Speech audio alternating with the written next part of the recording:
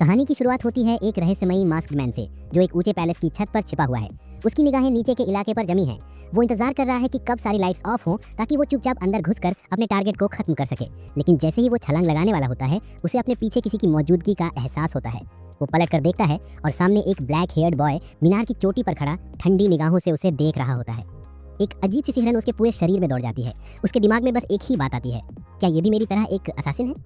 लेकिन जब वो ध्यान से देखता है तो उसकी आंखें फैल जाती हैं। ये वही साइलेंट किलर है जो अपनी घातक और रहस्यमय स्किल्स के लिए जाना जाता है। उस पर उसे समझ आ जाता है कि अब पीछे हटना नामुमकिन है। वो तुरंत एक बेहतर एंगल लेने के लिए दौड़ता है और अपनी जेब से निकली मेटल स्पाइक्स की बौछार उस हत्यारे पर फेंक देता है। लेकिन वो लड़का जैसे हवा में तैरता हो हर एक हमले को डॉज कर देता है और पलक झपकते ही सीधा उसकी तरफ दौड़ पड़ता है। नकाबपोश आदमी अपनी डैगर निकालता है और पूरे जोश से वार करता है, लेकिन लड़का बेहद तेज है। वो अपने खंजर से उस वार को ब्लॉक कर देता है और दोनों के बीच छत पर एक तेज रफ्तार की बैटल शुरू हो जाती है। हर वार के साथ उनकी चालें और भी घातक होती जा रही हैं। कुछ सेकंड बाद वो लड़का अपने विरोधी को निहत्था कर देता है, जैसे उसकी हर मूव पहले से पढ़ ली हो। पर ये लड़ाई अभी खत्म नहीं हुई। नकाबपोश आदमी फिर से कांटों का एक और गुच्छा फेंकता है। हत्यारा एक झटके में फ्लिप मारकर उस हमले से बच जाता है। अब नकाबपोश आदमी को मौका दिखता है, लेकिन जैसे ही वो पीछे से वार करने की कोशिश करता है, काले बालों वाला लड़का उसे फिर से काउंटर कर देता है। उसकी आंखों में ठंडक और चाल में जानलेवा सटीकता है। अब नकाबपोश आदमी को साफ दिख रहा है कि ताकत में वो उसके सामने कुछ भी नहीं, लेकिन वो हार मानने वालों में से नहीं, वो पूरी ताकत झोंक देता है। पर लड़का शांत है, उसकी हर चाल का जवाब तैयार है। यहाँ तक कि जब वो अपने हिडन शू ब्लेड से वार करने की कोशिश करता है, वो भी ब्लॉक हो जाता है। अब उसके पास कुछ नहीं बचता। एक पल में लड़का उसका हाथ पकड़कर उसमें छुरा घोंप देता है, फिर झटके से उसका पैर तोड़ देता है। नकाबपोश आदमी दर्द से जमीन पर गिर जाता है। वो समझ नहीं पाता कि कैसे इस छोटे से हत्यारे ने उसे इतनी आसानी से खत्म कर दिया। तभी आसमान से एक तलवार नीचे गिरती है और अगले ही सेकंड उसका सब कुछ खत्म हो जाता है। वो साइलेंट मौत को गले लगा लेता है। अब रास्ता साफ है। हत्यारा धीरे धीरे अपने टारगेट्स के चैम्बर की ओर बढ़ता है, जहां उसका शिकार गहरी नींद में सो रहा है। उसे अंदाजा भी नहीं कि मौत उसके सिरहाने खड़ी है। वो एक पल के लिए रुकता है, अपनी डैगर उठाता है और बिना कोई हिचकिचाहट एक बार में मिशन पूरा कर देता है।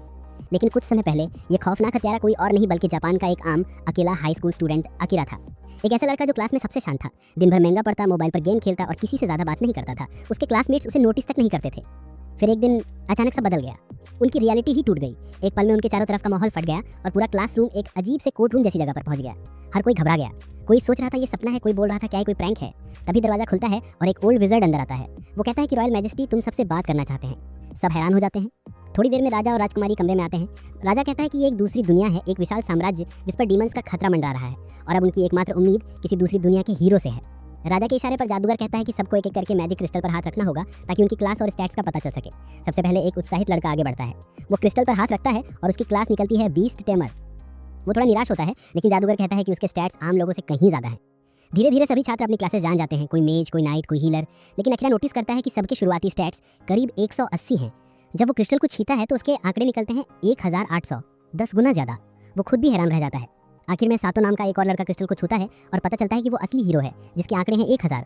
जादूगर मुस्कुराता है और कहता है कि हर इंसान के आंकड़े 500 पर सील्ड होते हैं, लेकिन क्योंकि वो हीरो है इसलिए उसके डबल हैं। अब ये साफ है आखिर के आंकड़े किसी नियम में फिट नहीं बैठते। वो हीरो से भी लगभग 2 गुना ताकतवर है, लेकिन किसी को ये पता नहीं चलता क्योंकि वो कुछ नहीं कहता। सब सातों के चारों ओर चेयरिंग करते हैं क्योंकि वो क्लास का सबसे पॉपुलर लड़का है। वहीं अकीरा चुपचाप खड़ा सोच रहा है कि अगर मैंने ये सबको बता दिया तो क्या होगा। वो जानता है कि इस नई दुनिया के नियम अभी तक रहस्य हैं। इतना असामान्य आंकड़ा बताना एक स्टूपिड मूव होगा, इसलिए वो इसे फिलहाल अपने तक ही रखता है। थोड़ी देर बाद जादूगर सबको अपनी क्लास के हिसाब से हथियार और सामान देता है और रात में उनके रूम्स में भेज देता है। रास्ते में अकीरा की नज़र एक हिडन कैमरा पर पड़ती है। वो तुरंत समझ जाता है कि कोई उन पर नजर रख रहा है। वो स्टेल्थ स्किल एक्टिवेट करता है और सबकी निगाहों से बचकर निकल जाता है। अपने कमरे में पहुंचकर वो बालकनी पर जाता है और हवा में झांकते हुए सोचता है, क्या मैं सच में किसी दूसरी दुनिया में आ गया हूँ? उसके चेहरे पर हल्की मुस्कान है, लेकिन आंखों में क्यूरियोसिटी और डिटर्मिनेशन दोनों है। वो तय करता है कि अब से वो खुद सच्चाई ढूंढेगा। वो हल्के से छलांग लगाता है और पल भर में महल की चोटी पर पहुंच जाता है। तभी उसकी नज़र एक खुली विंडो पर पड़ती है। वो बिना आवाज़ किए अंदर दाखिल होता है। ये वही रॉयल चैम्बर है जहाँ राजा और राजकुमारी मौजूद हैं। राजा पूछता है, सब कुछ प्लान के मुताबिक चल रहा है? राजकुमारी जवाब देती है, हाँ, दूसरी दुनिया के बच्चे कुछ नहीं जानते और उनमें कोई भी मैजिकल एबिलिटी नहीं है। राजा से हिलाता है, अच्छा है, अब बस उन पर नजर रखो।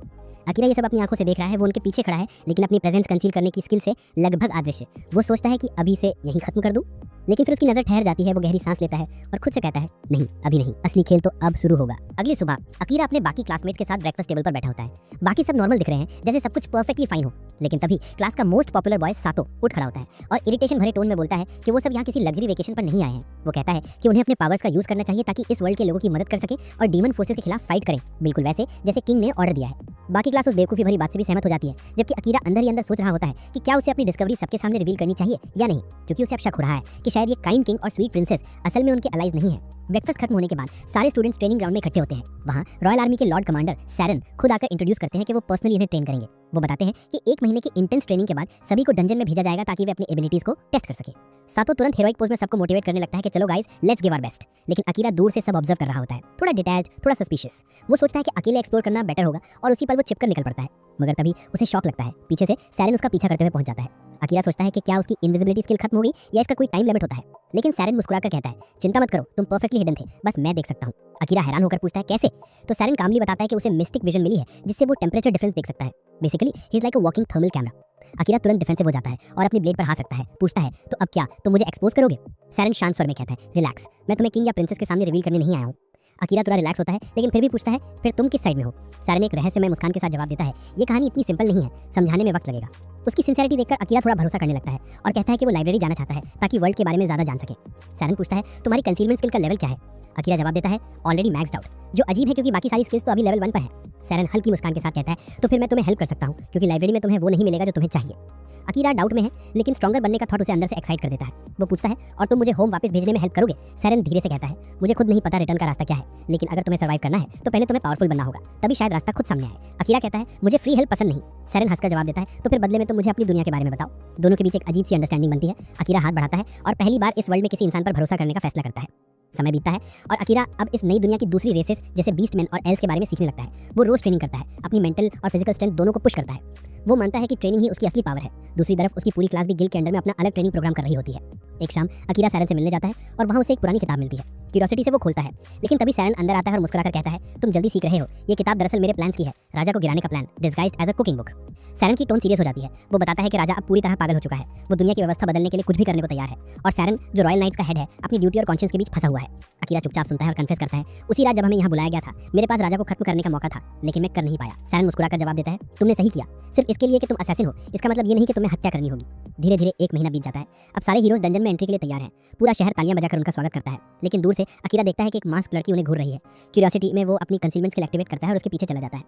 वो लड़की ब्लू हेयर वाली है और गुस्से में कहती है, पूरा शहर तुम्हें हीरोज मान रहा है लेकिन कोई नहीं जानता कि तुम्हें यहाँ बुलाने के लिए कितना बड़ा सैक्रिफाइस हुआ था। अकीरा स्टन रह जाता है, सैक्रिफाइस? कौन सा सैक्रिफाइस?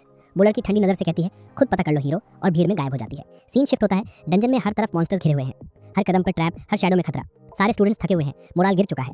अकीरा लगातार मॉन्स्टर्स को रिपेल करने की कोशिश कर रहा है लेकिन नंबर्स बढ़ते ही जा रहे हैं। वो सैरन से चिल्लाकर पूछता है, क्या हमें रिट्रीट करना चाहिए?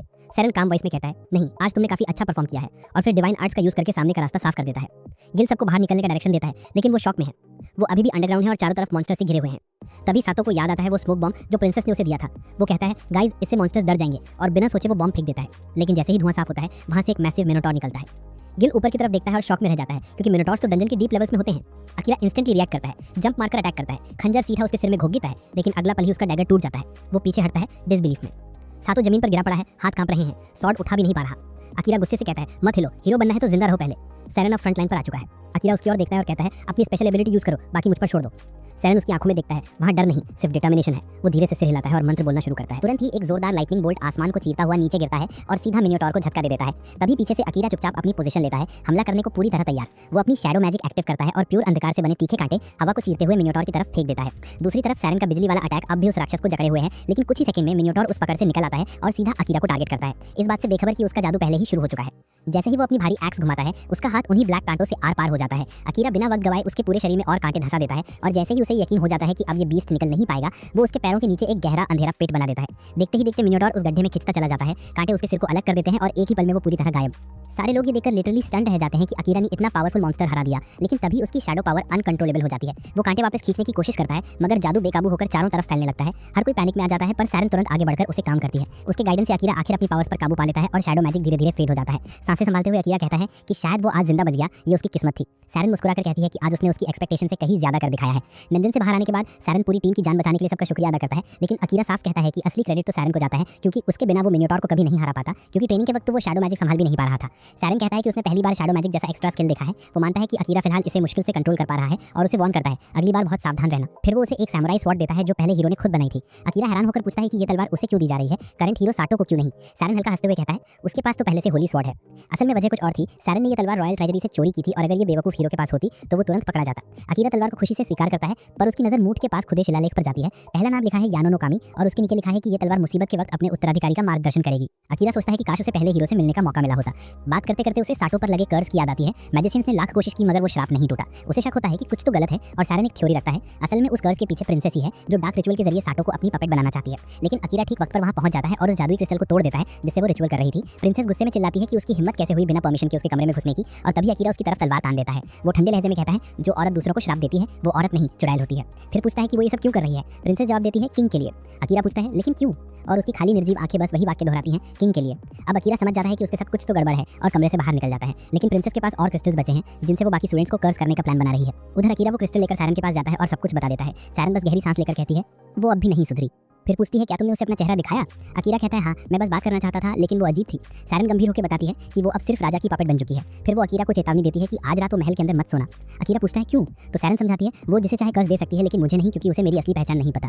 इसका मतलब साफ था वो अकीरा को मरवाने की कोशिश करेगी। अकीरा थोड़ा गिल्टी होकर पूछता है तो तुम मुझे डांटोगी नहीं कि मैंने चेहरा दिखाया। सारन हल्का हंसती है। टीनेजर्स को इंपल्सिव और रेकलेस ही होना चाहिए, हमारे जैसे बड़ों का काम है कि हम उन्हें बचा लें। अगली सुबह अकीरा महल में होने वाली हलचल से जागता है। वो दौड़कर पहुंचता है तो देखता है कि बड़ी भीड़ जमा है और साटो अब कर्ज से पूरी तरह फ्री है। अकीरा पूछता है क्या हुआ यहाँ। साटो जवाब देता है सारन मर गई है। ये सुनकर अकीरा का दिमाग सुन्न हो जाता है। वो भीड़ को धक्का देता हुआ अंदर जाता है और जमीन पर सारन की बॉडी देखता है। उसके दिल में एक खंजर धंसा हुआ है। अपने इकलौते दोस्त की मौत देखकर वो टूट जाता है, मगर बाकी लोग उस पर ही शक करने लगते हैं। वे कहते हैं कि ये वही खंजर है जो अकीरा का था। वो चौंक कर कहता है लेकिन मेरा खंजर तो मिनोटॉर वाली लड़ाई में टूट गया था।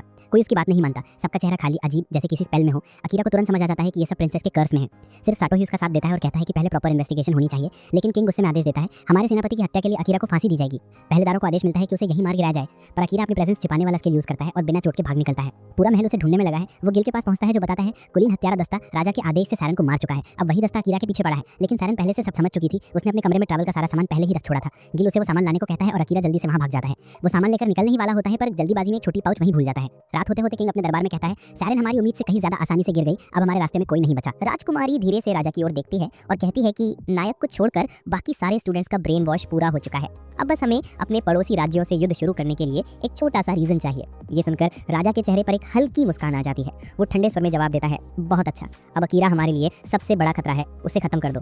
उसके पीछे असैसिन्स भेजो ताकि वो ज्यादा देर तक जिंदा न रह सके। उधर दूसरी तरफ अकीरा इस वक्त काल कोठरी की गहराई में छिपा हुआ है। सिरेन ने कभी उसे कहा था कि अगर उसे अपनी जान बचानी है तो यही जगह सेफेस्ट है। लेकिन इस जगह का एक ही इशू है, यहाँ पीने के लिए क्लीन पानी मिलना ऑलमोस्ट इम्पॉसिबल है। फिर भी यही वो डंजन है जहाँ कोई भी अपनी स्ट्रेंथ और स्किल्स को नेक्स्ट लेवल तक लेके जा सकता है। ज्यादातर लोग ऐसा करने की हिम्मत नहीं जुटा पाते क्योंकि ये जगह बेहद खतरनाक है। सिरेन ने उसे वार्निंग दी थी कि उसकी प्रेजेंस हाइड करने वाली एबिलिटी हाई लेवल मॉन्स्टर्स के सामने फेल हो सकती है क्योंकि उनकी सेंसेस इनसेनली शार्प होती हैं। लेकिन अगर वो अपनी लेवल बढ़ा ले तो वो अपनी स्मेल और बॉडी टेम्परेचर तक इरेज कर सकता है, मतलब लिटरली किसी को भी फूल बना सकता है। सिरेन की बात याद रखते हुए अकीरा धीरे धीरे डंजन की और गहराइयों में उतरता चला जाता है। रास्ते में उसे फ्लेम हाउंड्स जैसे पावरफुल मॉन्स्टर्स मिलते हैं जो मरने से पहले ब्लास्ट हो जाते हैं। अकीरा को सिरेन की वो बात याद आती है जब उसने बताया था कि जो भी 100 लेवल पे पहुंचता है उसे एक स्पेशल स्किल मिलती है जो उसे पहले से कहीं ज्यादा स्ट्रॉन्ग बना देती है। डंजन बॉसेस को हराना एक्सपीरियंस कमाने का सबसे फास्ट तरीका है, लेकिन ये एक लाइफ और डेथ बैटल होती है जहाँ पीछे हटने का कोई ऑप्शन नहीं होता। अब अकीरा पूरी तरह ठान चुका है वो चाहे जो भी हो उसे स्ट्रॉन्ग बनना ही है। फ्लेम हाउंड्स को हराने के बाद वो बॉस रूम तक पहुंच जाता है जहाँ एक विशाल डीमन लायन उसका इंतजार कर रहा होता है। जैसे ही अकीरा अंदर जाता है वो मॉन्स्टर बिना देर किए उस पर हमला कर देता है। अकीरा किसी तरह उसके तेज वारों से बचता है, लेकिन उसे अंदाजा नहीं होता कि उस शेर की पूंछ असल में एक स्नेक है जो जहर उगल सकता है। अचानक जहर उसकी नसों में फैल जाता है और उसी पल मॉन्स्टर उसे अपने क्लॉज से बुरी तरह घायल कर देता है। अकीरा को एहसास होता है कि वो मुश्किल से जिंदा है, लेकिन हार मानने का तो सवाल ही नहीं। शेर उसे दीवार से टकराते हुए दूर फेंक देता है। अब अकीरा अपनी सारी ताकत जुटाकर अपने शैडो मैजिक को अनलीश करता है। काले कांटे जैसे स्पाइक्स उस शेर को भेदते हुए उसे टुकड़ों में बांट देते हैं, मगर ये पावर उसके शरीर पर बहुत भारी पड़ती है और अकीरा कंट्रोल खोकर बेहोश हो जाता है। तभी उसके अंदर से एक रहस्यमय आवाज गूंजती है, मास्टर को बहुत डैमेज पहुंचा है, शैडो मैजिक अब ऑटो हील मोड में जाएगा। अगले ही पल साया उसके शरीर के पास प्रकट होता है और हीलिंग मोड में प्रवेश कर जाता है। वो अपनी जमा माना का इस्तेमाल करते हुए अकीरा की चोटों को धीरे धीरे ठीक करने लगता है। दूसरी तरफ महल में सातो बाकी स्टूडेंट्स को इकट्ठा करके कहता है कि अब हमें डीमन किंग को हराने के लिए निकलना चाहिए, लेकिन बाकी सब कहते हैं कि अभी टाइम सही नहीं है क्योंकि नाइट कमांडर की हाल ही में डेथ हुई है। सातो जिद करता है अगर हम अभी नहीं चले तो बहुत देर हो जाएगी, लेकिन ज्यादातर छात्र कर्स के इफेक्ट में है और उसे कन्विंस करने लगते हैं कि ये सब बेकार है। आखिरकार सातो डिसाइड करता है कि अगर कोई नहीं जाएगा तो वो अकेला ही जाएगा, पर कुछ साथी आगे बढ़कर कहते हैं कि वो उसके साथ आएंगे। सातो थोड़ा हैरान होता है कि अगर ये सब शापित हैं तो वो मेरे साथ क्यों चल रहे हैं। तभी जादूगरनी बोलती है कि अब वो कर्स और नॉर्मल लोगों में फर्क कर सकती है और उसे यकीन है कि यहाँ जो भी खड़ा है वो अब कर्स फ्री है। उस पल लंबे कद वाला तलवारबाज असाही बोलता है कि शायद वो वजह जानता है। उसे याद है कि उसने किसी अंधेरे कमरे में कुछ अजीब से क्रिस्टल्स काटे थे, लेकिन उसे ये याद नहीं कि वो वहाँ कैसे पहुंचा या उसे वो सैमुराई स्वॉर्ड कैसे मिली। उस वक्त से कुछ लोग धीरे धीरे कर्स से मुक्त हो गए और असल वजह थी गिल। गिल की एबिलिटी सजेशन किसी भी कर्ज से कहीं ज्यादा पावरफुल थी। वो अपने वर्ड से किसी के एक्शन को कंट्रोल कर सकता था। उसे खुशी थी कि वो कुछ लोगों को बचा सका, क्योंकि यही सिरन का आखिरी आदेश था। वो बस उनके लिए दुआ कर सकता था। इस बीच असाही के दिमाग में एक ही बात चल रही थी, हमें अकीरा को ढूंढना होगा। जब सब शापित थे तो सिर्फ वही था जो पूरी सच्चाई जानता था। असाही को याद आता है कि रियल वर्ल्ड ने उसने अकीरा को रेलवे क्रॉसिंग पे पार्ट टाइम जॉब करते देखा था। अकीरा ने उसे रिक्वेस्ट की थी कि वो ये बात किसी को ना बताए, क्योंकि वो नहीं चाहता था कि उसके क्लासमेट्स या छोटी बहन को ये पता चले। असाही ने उसका सीक्रेट रख लिया और धीरे धीरे दोनों में एक अजीब सी अंडरस्टैंडिंग बन गई। उन्हें पता चला कि उनकी छोटी बहनें बेस्ट फ्रेंड्स हैं और यही उनकी बॉन्डिंग की असली शुरुआत थी। वापस डंजन में अकीरा भी उसी याद से जागता है। वो सोचता है, क्या असाही अभी भी जिंदा है? उठते ही उसे महसूस होता है कि उसका शरीर पहले से ज्यादा हल्का और पावरफुल लग रहा है। जब अपना स्टेटस खुलता है तो शॉक हो जाता है। उसके सारे स्टैट्स बढ़ गए हैं और एचपी पूरी तरह रिकवर हो गया है। इतना ही नहीं, उसकी शैडो मैजिक की पावर भी अपग्रेड हो गई है, जबकि उसने उसे सिर्फ एक बार इस्तेमाल किया था। वो हैरान है कि आखिर ये हुआ कैसे, पर सोचने का वक्त नहीं है। वो सीधे डंजन की और गहराई में उतरने लगता है और कुछ ही देर में 75th फ्लोर पर पहुंच जाता है। तभी अचानक एक स्लाइम मॉन्स्टर उस पर हमला कर देता है। अकीरा हैरान होता है कि इतनी नीचे लेवल पर स्लाइम भी, और बिना देर किए उसे काट देता है। लेकिन जैसे ही स्लाइम के अवशेष गिरते हैं, उनमें से एक खूबसूरत एल्फ गर्ल बाहर निकलती है। अकीरा हैरान रह जाता है। वो पहली बार अपना स्किल वर्ल्ड आई एक्टिवेट करता है, जो उसने आज तक कभी यूज नहीं किया था। लेकिन जैसे ही वो इसका इस्तेमाल करता है, उसकी आंखों के सामने डरावनी विजन्स आने लगती हैं। उसके सिर में दर्द और उल्टी जैसा एहसास होता है। वो तुरंत स्किल को कैंसिल कर देता है। तभी वो एल्फ लड़की इमिलिया जाग जाती है। अकीरा उससे पूछता है, तुम ठीक हो? वो हल्की सी मुस्कान के साथ जवाब देती है, हाँ मैं ठीक हूँ। लेकिन अकीरा को शक होता है, क्योंकि उसने देखा था कि उसका एचपी पहले सिर्फ 2% बचा था। उसे ये भी पता है कि इमिलिया के पास भी वर्ल्ड आई स्किल है और वो उस पर इस्तेमाल कर चुकी है। वो उसे उसके नाम से पुकारती है और पूछती है, ये जगह क्या है? अकीरा गहरी सांस लेते हुए जवाब देता है, ये एक डंजन है और मैं यहाँ लेवल अप करने आया हूँ। जब इमिलिया किसी की स्टेटस देखने के लिए चेक कर रही होती है और तभी अकीरा उसे टोक देता है। वो थोड़ा सीरियस टोन में कहता है कि दूसरों के स्टेटस पे नजर रखना मैनर्स के खिलाफ है। लेकिन इससे पहले कि वो कुछ और बोल पाता, इमिलिया अचानक उसकी बाहों में गिर पड़ती है। अकीरा को शॉक लगता है। फिर उसे एहसास होता है कि इमिलिया को तेज बुखार है। वो बिना टाइम वेस्ट किए उसे उठाता है और सीधा ले जाता है 69th फ्लोर पर, क्योंकि वही पास की मंजिल थी जहाँ पानी का सोर्स था। थोड़ी देर बाद जब इमिलिया की आंखें खुलती हैं तो वो चौंक कर उठती है। लेकिन अकीरा काम वॉइस में कहता है, रिलैक्स, थोड़ा पानी पी लो, हाइड्रेटेड रहना जरूरी है। फिर वो उसे दलिया देता है ताकि उसकी एनर्जी वापस आ सके। इमिलिया थककर पूछती है कि उसे 75th फ्लोर से नीचे क्यों लाया गया। अकीरा सिंपली कहता है क्योंकि 69 थी वो जगह थी जहाँ पानी मिल सकता था। और फिर सॉफ्टली बोलता है, अब थोड़ा आराम कर लो। इमिलिया उसकी केयर देखकर हल्की मुस्कान देती है और कहती है, थैंक्स फॉर सेविंग मी। फिर कैजुअली बताती है कि वो एक प्रिंसेस है। लेकिन अकीरा को ऑनेस्टली कोई फर्क नहीं पड़ता, उसके लिए टाइटल्स मैटर नहीं करते। और यहाँ से कहानी थोड़ी और इंटरेस्टिंग हो जाती है, क्योंकि अब इमिलिया पूरी तरह से रिकवर होकर अकीरा की जर्नी ज्वाइन कर लेती है। जब वो दोनों 80th फ्लोर पहुंचते हैं, इस बार वो बैटल में उसका साथ देती है, अपनी ग्रेविटी मैजिक से एनिमीज को क्रश करते हुए। लेकिन अकीरा को ये बात पसंद नहीं आती कि वो खुद को डेंजर में डाल रही है। इमिलिया कॉन्फिडेंटली बोलती है, डोंट वरी, मैं अपनी केयर खुद कर सकती हूँ और मैं भी उसी रास्ते पर जा रही हूँ जिस पर तुम। अकीरा के पास अब उसे साथ रखने के अलावा कोई ऑप्शन नहीं बचता और कुछ देर बाद वो दोनों पहुंच जाते हैं बॉस रूम में, जहाँ उनका सामना होता है टेरिफाइंग ड्रैगन से। जैसे ही वो रूम में एंटर करते हैं, ड्रैगन गुस्से में नीली लपटें छोड़ता है, लेकिन दोनों टाइमली डॉज कर लेते हैं। अकीरा तुरंत अपनी इनविजिबिलिटी स्किल एक्टिवेट करता है और उसी वक्त इमिलिया अपने ग्रेविटी स्पेल से ड्रैगन को जमीन पर दबा देती है, giving Akira perfect opening for attack. लेकिन ड्रैगन चालाक निकलता है। वो उसकी इनविजिबिलिटी के बावजूद अकीरा की प्रेजेंस महसूस कर लेता है और एक जोरदार झटका देकर उसे दूर फेंक देता है। इमिलिया चिल्लाती है, अकीरा वो तुम्हारे माइंड को पढ़ रहा है, तुम्हें अपने माइंड को आसपास की एनर्जी के साथ मर्ज करना होगा। अकीरा थोड़ा फ्रस्ट्रेट होकर कहता है कि उसने ऐसा करना अभी तक सीखा ही नहीं, इसलिए वो फाइट अपनी यूजुअल तरीके से ही जारी रखता है। वो अपना शैडो मैजिक यूज करता है और ड्रैगन की ओर एक काली स्पीयर फेंकता है, जो सीधा उसके फेस को स्क्रैच करती है। ड्रैगन डायरेक्शन बदलने पर मजबूर हो जाता है और अकीरा तुरंत चांस लेकर अपनी सोड उसकी आंख में घोप देता है। ड्रैगन नीचे गिर जाता है। इमिलिया उसकी रेकलेस फाइटिंग देखकर सच में इंप्रेस्ड होती है, लेकिन उससे कुछ पूछने से पहले ही ड्रैगन का शरीर अचानक चमकने लगता है। दोनों स्टन रह जाते हैं, क्योंकि अगले ही पल वो ड्रैगन बदल जाता है एक जायंट ब्लू कैट में। इमिलिया शॉक में अपनी वर्ल्ड साइड एबिलिटी यूज करती है और समझ जाती है कि वो कोई असली ड्रैगन नहीं, बल्कि एक शेप शिफ्टिंग क्रीचर था जो मजे के लिए ड्रैगन का रूप ले चुका था। अब इमिलिया को सब समझ आने लगता है, असली ड्रैगन तो इतना फ्रेजाइल हो ही नहीं सकता था। अकीरा भी इमिलिया की स्किल देखकर जेन्युइनली इंप्रेस्ड होता है। वो पूछता है कि तुम इतनी आसानी से वर्ल्ड आई यूज कैसे कर लेती हो। इमिलिया मुस्कुराकर जवाब देती है, क्योंकि मैंने खुद को इससे दूर नहीं किया। अकीरा को याद आता है कि जब उसने पहली बार वो स्किल यूज करने की कोशिश की थी तो उसका दिमाग लिटरली फटने जैसा दर्द करने लगा था। उसे लगता है शायद उसकी लेवल अभी बहुत कम है, इसलिए वो इसे कंट्रोल नहीं कर पाता। लेकिन इमिलिया सोचती है कि वो इसे जानबूझकर ठुकरा रहा है, इसलिए उसे प्रॉब्लम हो रही है।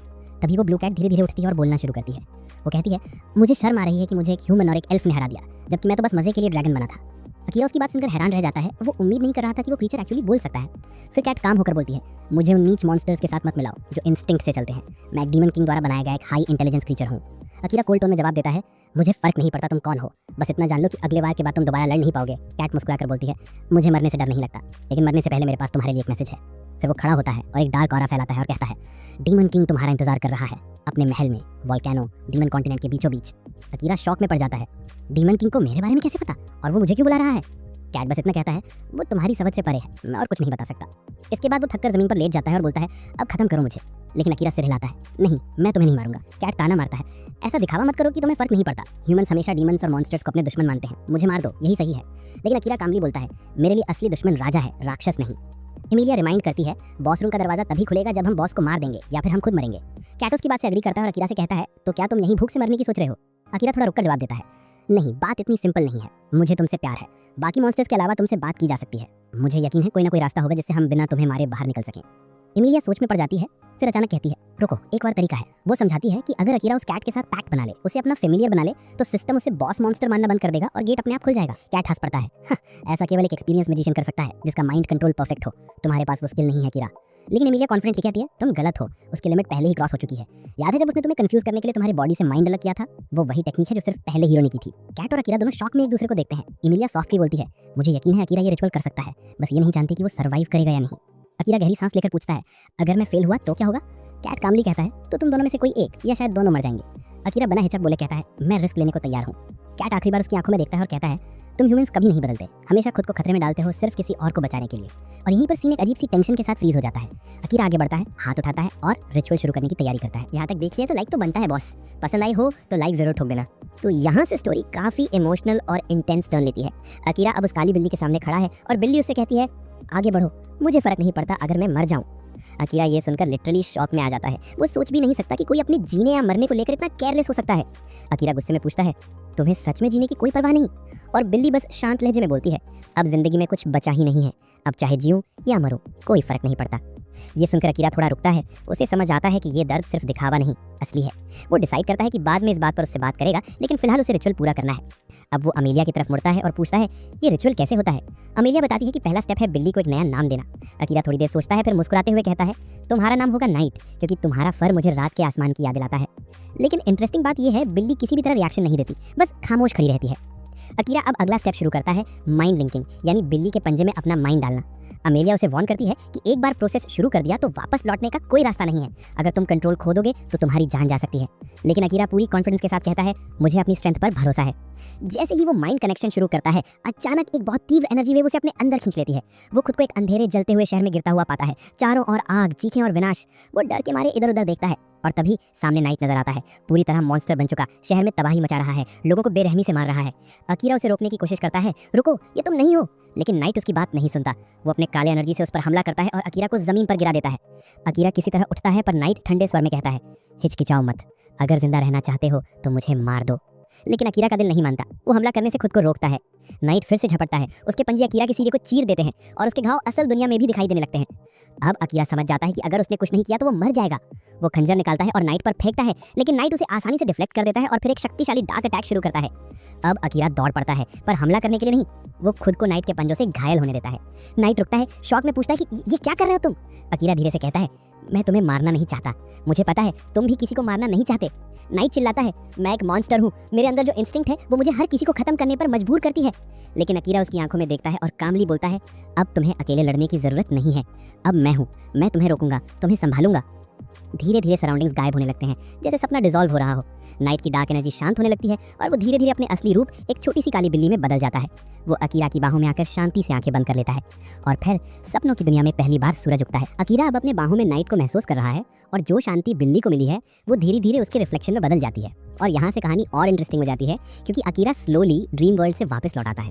जैसे ही उसे एहसास होता है कि संधि की रस्म सफल हो गई है, वो कंफर्मेशन के लिए नाइट को जेंटली टच करता है और तभी उसके हाथ के पीछे एक चमकदार गोल्डन मार्क दिखाई देता है और साथ ही नाइट के फोरहेड का लाल निशान भी सुनहरा हो जाता है। अमेलिया काम लहजे में बताती है कि ये सक्सेस का प्रतीक है। ये दिखाता है कि अकीरा की सोल अब पूरी तरह से बिल्ली से जुड़ चुकी है। नाइट भी अब फुली जाग जाता है और बोलता है, अब मैं देखना चाहता हूँ कि तुम कितनी दूर तक जाओगे। वो अकीरा को अपना मास्टर एक्सेप्ट कर लेता है और लाइफ टाइम के लिए उसकी सर्विस में समर्पित रहने की ओथ लेता है। इसके बाद अमेलिया अपना इंट्रोडक्शन देती है और नाइट तुरंत जवाब देता है, जैसा कि तुम्हारे मालिक की साथी होने के नाते मैं भी तुम्हारा सम्मान करती हूँ। और तभी अचानक जमीन पर एक मैजिकल सर्कल अपीयर होता है जो दिखाता है कि बॉस हार चुका है, लेकिन अकीरा अभी भी थॉटफुल लगता है। वो बोलता है, मैं अगली मंजिल पर जाना चाहता हूँ, लेकिन नाइट इंजर्ड है। नाइट जवाब देता है, दरवाजा तब तक खुला रहेगा जब तक हम इसका प्रॉपर यूज नहीं करते, इसलिए हरी करने की कोई जरूरत नहीं।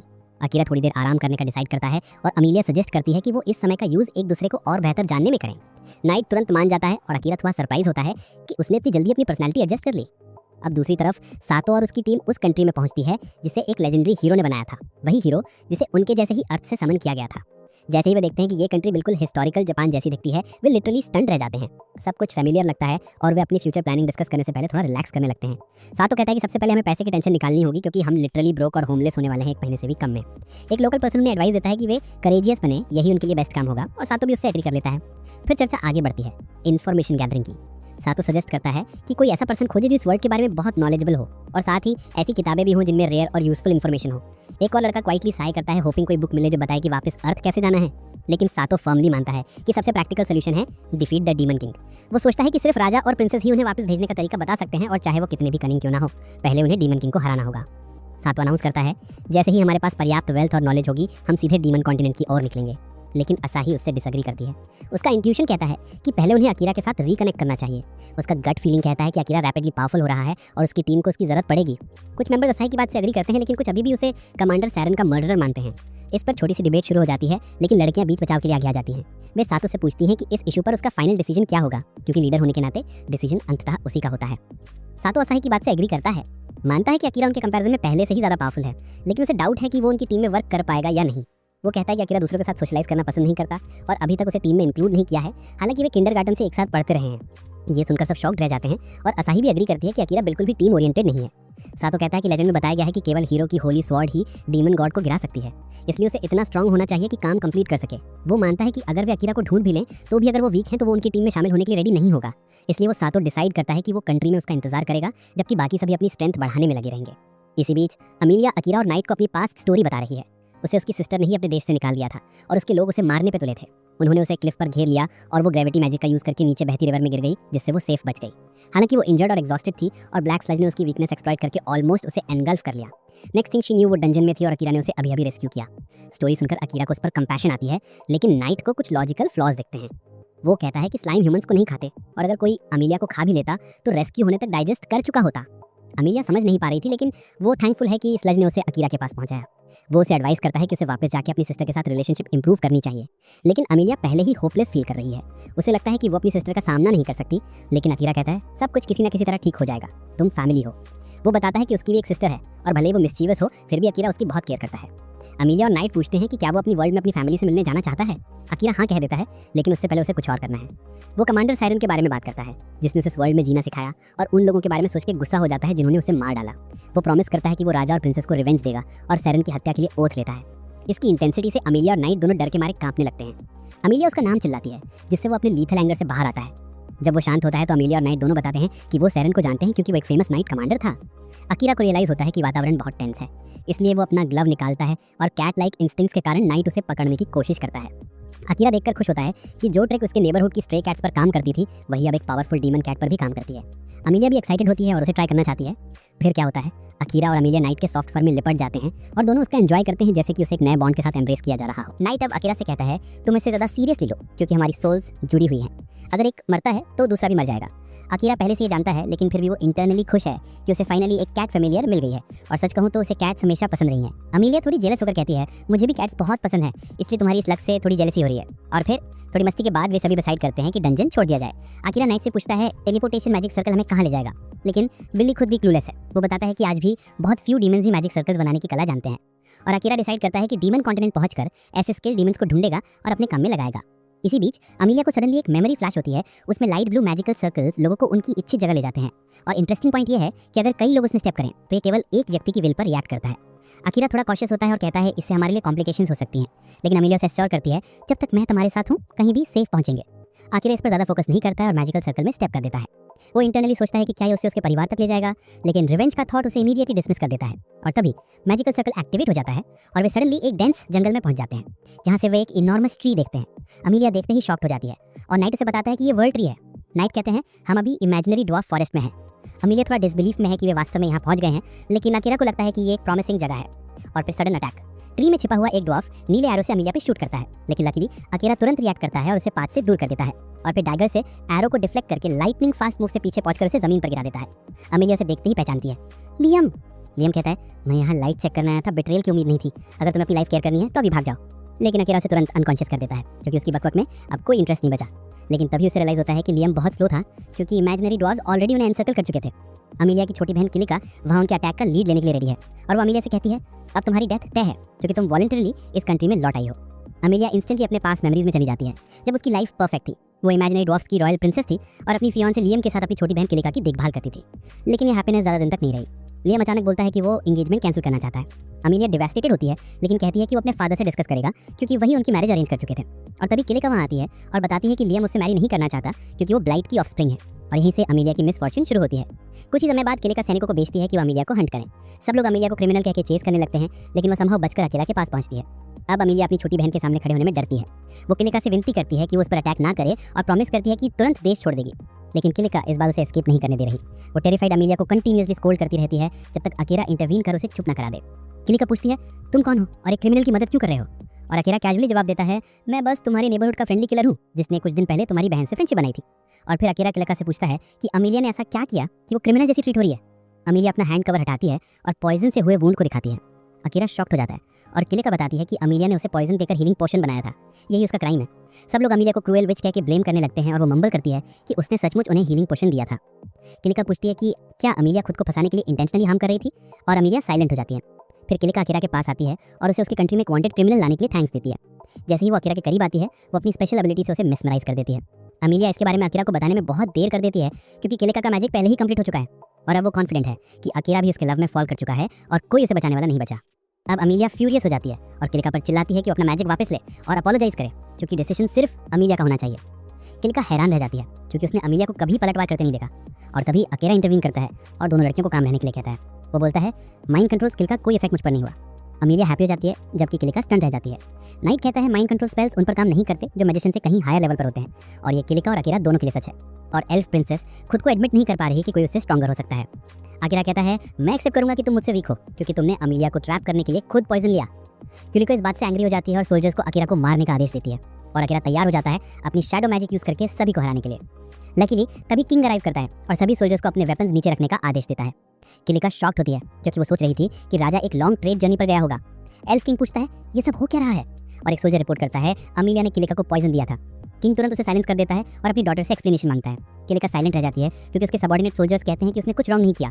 किंग इंस्टेंटली रियलाइज करता है कि किलिका ने उन्हें मेस्मराइज किया था और वो तुरंत उसे स्पेल रिमूव करने का ऑर्डर देता है। किलिका कुछ भी कहने से इनकार करती है, इसलिए राजा उसे स्टर्नली बताता है कि तुम्हारे पिता बाद में तुम्हें बुरी लड़की होने की पनिशमेंट देंगे। और फिर वो सीधे अकीरा के पास आता है और किलिका के एक्शंस के लिए अपोलोजाइज करता है। उसके बाद वो अकीरा से कहता है कि उसे तुरंत वहां से चले जाना चाहिए क्योंकि इमेजिनरी ड्वार्फ किंगडम में अन्य रेसेस का एंट्री स्ट्रिक्टली फॉरबिडन है। अमीलिया राजा से कहती है कि अकीरा ने उसे डेंजर से बचाया और सेफ घर पहुंचने में मदद की, लेकिन राजा को इसकी कोई रियल कंसर्न नहीं है। अमीलिया गुस्से में कहती है कि अगर ऐसा है तो मैं अकीरा के साथ ही जाऊंगी क्योंकि मैं इस नैरो माइंडेड कंट्री में रहना नहीं चाहती। ये सुनकर राजा फ्यूरियस हो जाता है और कहता है कि अमीलिया को ये स्टॉप करना चाहिए कि वो फ्रीली अपनी विल से कुछ भी कर सकती है। राजा बताता है कि अमीलिया उनके किंगडम की फ्यूचर रूलर है और उसकी केयर करने के लिए यहीं रहना होगा। अमीलिया थोड़ा डर जाती है, लेकिन अकीरा अपनी पोजीशन स्ट्रांग रखते हुए कहता है कि उसके लाइफ डिसीजंस किसी और के कंट्रोल में नहीं होंगे और वो किसी से भी फाइट करने को तैयार है जो उसके राइट्स छीनने की कोशिश करे। तभी लियम रिगेन करता है और जब उसे पता चलता है कि अकीरा ने उनके बेस्ट वॉरियर में से एक को डिफीट कर दिया तो वो डिसाइड करता है कि उसे एक चांस देना चाहिए। और फिर लियम अकीरा को चैलेंज करता है स्टेक्स पर अमीलिया के राइट्स रख के, और किलिका को अपनी रिप्रेजेंटेटिव चुनता है। अकीरा चैलेंज एक्सेप्ट करता है और राजा के साथ वर्ल्ड ट्री तक जाता है जहां ड्यूल होने वाला है। अमीलिया माफी मांगती है कि उसने उसे इस मेस में खींचा, लेकिन अकीरा कामली जवाब देता है कि ये डिसीजन उसने खुद लिया। फिर वो अमीलिया से ब्लाइट चाइल्ड के पूरे मामले के बारे में पूछता है। अमीलिया बताती है कि जब ट्विन चिल्ड्रन में से एक अपने पेरेंट्स जैसी नहीं दिखता तो उसे ब्लाइट चाइल्ड कहा जाता है और ये उनकी कंट्री के लिए एक बहुत बड़ा मिसफॉर्चून है। अकीरा शॉक्ड होता है कि अमीलिया और किलिका ट्विंस हैं, लेकिन नाइट तो क्यूरियोसिटी से भरा हुआ है ये जानने के लिए कि ब्लाइट चाइल्ड का मिथ कितने साल पहले सच हुआ था। अमीलिया कंफर्म करती है कि कई लोग अभी भी उसे इसी नाम से रेफर करते हैं क्योंकि वो बिल्कुल भी अपने पेरेंट्स जैसी नहीं दिखती। जल्दी वे वर्ल्ड ट्री पर पहुंचते हैं और अकीरा डिसाइड करता है कि वो अपनी प्रेजेंस छिपाए बिना ड्यूल करेगा क्योंकि उसे चाहिए एक फेयर विक्ट्री। अमीलिया उसे सावधान रहने के लिए कहती है क्योंकि किलिका सबसे स्किल्ड एल्वन स्वॉर्ड वुमन है। अकीरा कहता है कि उसकी क्लेवर सिस्टर के इतने कामों के बावजूद भी वो उसका बहुत रिस्पेक्ट करता है। अमीलिया ब्लश करते हुए कहती है कि उसने उसके ट्रेनिंग एफर्ट्स देखे हैं। और फिर ड्यूल शुरू होता है। अकीरा अपनी सूंड शीट से निकालता भी नहीं है और जब किलिका कहती है कि तलवार निकालो तो अकीरा कामली बोलता है कि वो उसे एक्सीडेंटली हर्ट नहीं करना चाहता। किलिका कॉन्फिडेंट है कि वो इजीली जीत जाएगी और अपने पिता का ट्रस्ट फिर से हासिल करेगी, लेकिन अकीरा उसकी बात पर ध्यान ही नहीं देता। इसके बजाय वो अमीलिया को पहले गुस्सा करने के लिए थैंक करता है, जिससे अमीलिया थोड़ी शाय हो जाती है। राजा ड्यूल का सिग्नल देता है और किलिका तुरंत अकीरा पर हमला करती है। वो अपनी स्वॉर्ड को प्रिसाइजली स्विंग करती है, लेकिन अकीरा उससे तेज है और इजीली हर अटैक्स डॉज कर लेता है। अकीरा महसूस करता है कि किलिका वाकई स्किल्ड और फास्ट है, लेकिन फिर भी उसकी स्किल्स को पूरी तरह काउंटर नहीं कर पा रही। अकीरा उसके अटैक से दूर हट के उसे पुश कर देता है, लेकिन किलिका का एक यूनिक वेपन है। वो अपनी स्वॉर्ड में विंड मैजिक चैनल करती है और अकीरा की ओर एक पावरफुल गस्ट भेजती है, जिससे अकीरा बैक स्टेप करता है। वो समहाउ बच निकलता है, लेकिन किलिका कंटिन्यूअसली उसे पुश करती रहती है और फिर अकीरा को काउंटर अटैक करने का मौका मिलता है। अकीरा किलिका को किक कर गिरा देता है और जब तक वो उठती है अकीरा ऑलरेडी उसके पीछे पहुंच चुका होता है। अकीरा उसे हार मानने और अमीलिया से रिकंसाइल करने के लिए कहता है क्योंकि वो अभी भी उसकी केयर करता है। किलिका रिफ्यूज करती है और कहती है कि वो अपनी सिस्टर को कभी माफ नहीं करेगी जिसने उसका सब कुछ छीन लिया। और फिर किलिका पावरफुल अटैक करती है, अकीरा को पीछे धकेलती है, लेकिन अकीरा क्लेवरली विंड मैजिक को रीडायरेक्ट कर देता है और एल्वन सोल्जर्स पर वार कर देता है। अकीरा नाइट को ऑर्डर देता है कि वो अमीलिया को इन रिलेंटलेस अटैक से बचाए और नाइट बड़े फॉर्म में ट्रांसफॉर्म होकर विंड अटैक ब्लॉक करता है। इन द मीन टाइम किलेका चिल्लाती है कि उसके पास कुछ भी नहीं बचा क्योंकि उसकी सिस्टर ने उससे सब कुछ छीन लिया। उसको अपनी चाइल्डहुड याद आती है जब दोनों बहुत क्लोज थे, लेकिन जब पता चला कि अमीलिया एक अवीकेंड स्पिरिट है जो अपनी पावर से वर्ल्ड को रीशेप कर सकती है, तो सबने किलेका से अलग व्यवहार करना शुरू कर दिया और यही उसे फ्यूरियस बनाता है। अब वो अमीलिया से सब कुछ वापस लेना चाहती है। तभी लियम वहां पहुंचता है एक रैप्ड ऑब्जेक्ट लेके। अमीलिया को कहता है कि इससे किलेका को बचाया जा सकता है। वो रैप्ड ऑब्जेक्ट वर्ल्ड ट्री की एक ब्रांच निकलती है और उसकी पावर से अमीलिया सबको किलेका के माइंड कंट्रोल से फ्री कर देती है। देखते ही किलेका कंट्रोल लूज हो जाता है और वो अपनी फुल पावर से अकीरा पर अटैक करती है, जिसे पता है कि अगर वो बच गया तो अमीलिया को नुकसान होगा। अकीरा शैडो मैजिक का यूज करता है विंड अटैक ब्लॉक करने के लिए। फिर उसे रियलाइज होता है कि किलेका काफी स्ट्रांग है और उसकी अटैक पूरी तरह एनगल्फ कर सकती है। और उसी हीटेड मोमेंट में अकीरा डिसाइड करता है कि शैडो मैजिक को अपने पास अट्रैक्ट कर ले। जैसे शैडो उसे सराउंड करती है, अकीरा थोड़ा फियर फील करता है, लेकिन अस्टॉनिशिंगली उसका बॉडी ब्लैक ऑरा से कवर हो जाता है। वो समझ नहीं पाता क्या हो रहा है, फिर भी आगे बढ़ता है और किलेका को बैटल से बाहर कर देता है। किलेका बहुत दुखी है कि उसने अब सब कुछ खो दिया, लेकिन अकीरा उसे समझाता है कि वो रोना बंद करे क्योंकि वो उन लोगों को नहीं देखती जो सच में उसके लिए केयर करते हैं। उसके बाद अमीलिया और लियम वहां पहुंचते हैं और किलेका कहती है कि अगर माइंड कंट्रोल पहले लियम पर काम करता तो उसने श्योरली उसे अंडर एस्टिमेट किया होगा। वो कहती है कि जैसे ही लियम फ्री हुआ वो सीधे अमीलिया के पास गया, लेकिन अमीलिया उसे समझाने की कोशिश करती है कि शुरू से ही वो उसके इन्फ्लुएंस में नहीं था। किलेका उसकी बात मानने से इनकार करती है और पूछती है कि वो उसे किस क्राइम की सजा देंगे, और उसके फादर कहते हैं कि अगर कोई पनिशमेंट का हकदार है तो सिर्फ वही है। किलेका को ये समझ ही नहीं आता कि उसके पिता का मतलब क्या है, तो वे उस पर डाला गया फॉरगेटफुलनेस स्पेल हटा देते हैं। उसी पल किलेका को अपने बचपन की खोई हुई सारी यादें लौट आती हैं। उसे याद आता है कि वो कितनी मेहनत से स्ट्रांग बनने की कोशिश करती थी और इसलिए उसने तय किया कि वो आने वाली कॉम्पिटिशन में जरूर हिस्सा लेगी। लेकिन उसके पिता ने साफ कहा था कि वो बस तीसरी मंजिल तक ही जा सकती है। किलेका को डर था कि ये लिमिट शायद उसके लिए काफी ना पड़े। तभी एक दिन एक अजीब और सस्पिशियस औरत उससे मिली और उसे जल्दी स्ट्रांग बनने में मदद करने की ऑफर दी। उसने किलेका को एक मैजिकल आर्टिफैक्ट दिया जिससे पावरफुल मॉन्स्टर्स को समन किया जा सकता था ताकि वो जल्दी लेवल अप कर सके। मासूम किलेका ने ज्यादा सोचे बिना उसे ले लिया, पर जैसे ही उसने उस आर्टिफैक्ट को एक्टिवेट किया, अचानक कुछ भयंकर ओर्क्स उसके सामने प्रकट हो गए। किलेका ने पूरी जान लगाकर उनसे लड़ने की कोशिश की, लेकिन वो बहुत ज्यादा स्ट्रांग थे। आखिर में उसने भागने का फैसला किया, लेकिन जब ओर्क्स डंजन से बाहर उसका पीछा करने लगे तो उसे डर हुआ कि अगर वो भागी तो गांव के लोग खतरे में पड़ जाएंगे। इसलिए उसने तय किया कि वो आखिरी दम तक लड़ेगी। जैसे ही वो हारने वाली होती है, अचानक लियम सैनिकों के साथ वहां पहुंच जाता है, लेकिन तभी झाड़ियों से एक चालाक फैंटम निकलता है और एक बार में लियम की छाती आर पार कर देता है। वो शातिर औरत हंसते हुए कहती है कि उसकी योजना पूरी तरह काम कर गई, और ये देखकर किलेका अंदर से टूट जाती है। राजा को मजबूरन अपनी जादुई शक्ति से उसकी यादें मिटानी पड़ती हैं ताकि वो उस दर्द से मुक्त हो सके। खुशकिस्मती से अमेलिया ने रिवाइवल मैजिक का इस्तेमाल करके लियम और बाकी सैनिकों को वापस जिंदा कर दिया। उस दिन के बाद सभी लोग किलेका से थोड़ा दूर रहने लगे ताकि गलती से उसे सच्चाई न पता चल जाए। अमेलिया को लगा कि शायद अब किसी को उसकी परवाह नहीं, क्योंकि आखिर वो एक स्पिरिट मीडियम थी। राजा ने कहा कि वो चाहता था कि किलेका ड्यूअल में अकीरा को हराए और एक रॉयल के तौर पर अपनी वर्थ साबित करे। ऐसा करने से उसे अपनी खोई यादों का सामना करने का कॉन्फिडेंस मिल जाता, लेकिन वो लड़ाई नहीं जीत सकी और राजा को उसकी यादें लौटाने के लिए दूसरा तरीका अपनाना पड़ा। अचानक लियम किलेका के सामने घुटनों पर गिर जाता है और कहता है कि उसने कभी नहीं चाहा कि वो अमेलिया को नुकसान पहुंचाए। उसने बस ये दिखावा किया था कि वो उसके जादू के प्रभाव में है ताकि सही वक्त आने पर अमेलिया की मदद कर सके। किलेका हैरान रह जाती है तो राजा बताता है कि जब लियम को रिवाइव किया जा रहा था उस वक्त वर्ल्ड ट्री का एक लीफ उसके शरीर में समा गया था। इसी वजह से वो हर नेगेटिव इफेक्ट से लगभग इम्यून है। लियम माफी मांगता है कि वो किसी को बचा नहीं पाया और किलेका को एहसास होता है कि गलती दरअसल उसी की थी। उसने हर चीज का ब्लेम अमेलिया पर डाल दिया था, जबकि असल में सारी मुसीबत की जड़ वही खुद थी। वो रो पड़ती है और खुद को कोसती है, लेकिन अमेलिया उसे रोकती है और कहती है कि वो अद्भुत है और यही उसकी असली ताकत है। दोनों बहनों का इमोशनल रियूनियन होता है और कुछ ही देर बाद सैनिक किलेका के जख्मों का इलाज करने के लिए पहुंचते हैं। किलेका हैरान रह जाती है कि सब उसकी सच में परवाह करते हैं, भले ही वे अब उसके कंट्रोल में नहीं है। उस रात राजा अकीरा के लिए एक वेलकम बैंक्वेट रखता है क्योंकि उसने डुएल जीत लिया था। वहाँ राजा ये भी कहता है कि अब अमेलिया अपने भविष्य का फैसला खुद करेगी। वो तय करती है कि वो वहीं जाएगी जहाँ अकीरा जाएगा, और राजा बताता है कि उनका अगला डेस्टिनेशन होगा बीस्टमैन कॉन्टिनेंट, क्योंकि नाइट के हिसाब से वहीं से उनकी जर्नी आगे बढ़नी चाहिए। पार्टी के बाद अमेलिया अकीरा को एक शांत जगह पर बुलाती है। वो उससे उसका नाम लेने को कहती है। अकीरा जैसे ही उसका नाम सॉफ्टली बोलता है, अमेलिया मुस्कुरा देती है। वो वादा करती है कि वो कभी उससे अलग नहीं होगी। नाइट उन्हें बच्चों की तरह बिहेविंग देखकर थोड़ा ऑकवर्ड हो जाता है। उसी वक्त अकीरा के क्लासमेट्स एक जहाज पर होते हैं। सातो आसही से माफी मांगता है कि वो अब अकीरा का और इंतजार नहीं कर सकते। आसही समझ जाता है क्योंकि वहां रहकर वो और स्ट्रांग नहीं बन पा रहे थे, इसलिए वो बीस्टमैन कॉन्टिनेंट जा रहे हैं अपनी स्किल्स और वेपन्स दोनों को अपग्रेड करने।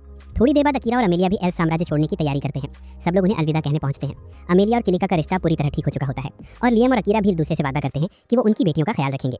राजा अकीरा से कहता है कि कुछ सैनिक उन्हें देश की सीमा तक एस्कॉर्ट करेंगे क्योंकि हाल ही में उस इलाके में किडनैपिंग की घटनाएं बढ़ी हैं। अमेलिया अकीरा को गले लगाकर कहती है कि वो उसकी रक्षा के लिए काफी स्ट्रांग है, लेकिन राजा अभी थोड़ा चिंतित दिखता है। किलेका बोलती है कि वो अमेलिया की सुरक्षा के लिए खुद साथ जाएगी और लियम भी उसके साथ जाने की बात करता है। बाकी सैनिक भी तैयार हो जाते हैं, लेकिन अकीरा किसी पर बोझ नहीं डालना चाहता तो वो सबको मना कर देता है। थोड़ी देर बाद अकीरा और अमेलिया गाड़ी में सवार होकर बॉर्डर एरिया की ओर निकलते हैं, जबकि कुछ सैनिक उनकी प्रोटेक्शन में चल रहे होते हैं। रास्ते में अकीरा नाइट से पूछता है कि वो एल्फ किंग के सामने इतना चुप क्यों था। नाइट कहता है कि ज्यादातर लोगों को डीमंस पसंद नहीं, इसलिए वो अकीरा को किसी ऑकवर्ड सिचुएशन में नहीं डालना चाहता था। फिर अकीरा पूछता है कि अगर वो कभी डीमन किंग के सामने ऐसा हम्बल रहा तो मुसीबत नहीं होगी क्या। नाइट कहता है कि उसकी सेंसेस अभी डीमन किंग से जुड़ी हैं और वो सब कुछ देख और सुन सकता है, लेकिन डीमन किंग उसका बिहेवियर कंट्रोल नहीं करता और साफ कहता है कि वो कभी अकीरा को बिट्रे नहीं करेगा। अकीरा पूछता है कि अगर कभी उसे डीमन किंग से लड़ना पड़ा तो वो क्या करेगा। नाइट कहता है कि इस बारे में बाद में सोचेंगे। अमेलिया कहती है कि शायद डीमन किंग अकीरा का दोस्त बनना चाहता हो। नाइट भी मानता है। वो कहता है कि कल अकीरा ने कमाल कर दिया था, शायद इसी वजह से डीमन किंग का ध्यान उस पर गया। वो बताता है कि अकीरा ने खुद को शैडो मैजिक से ढक लिया था, जबकि और कोई इस जादू का इस्तेमाल नहीं कर सकता। अकीरा थोड़ा मॉडेस्ट बनते हुए कहता है कि ये इतना इंप्रेसिव नहीं है जितना वो सोच रहे हैं। तभी अचानक उसकी डेंजर डिटेक्शन एबिलिटी बंद हो जाती है। वो तुरंत गाड़ी रुकवाता है और बाहर निकलता है। वहाँ कुछ किडनैपर्स एक लड़की को बंधक बनाए खड़े होते हैं। वे धमकी देते हैं कि अगर किसी ने भी हरकत की तो वो लड़की को मार देंगे, और अकीरा और बाकी सभी को एक रस्सी पकड़ाते हैं ताकि वे खुद को बांध लें।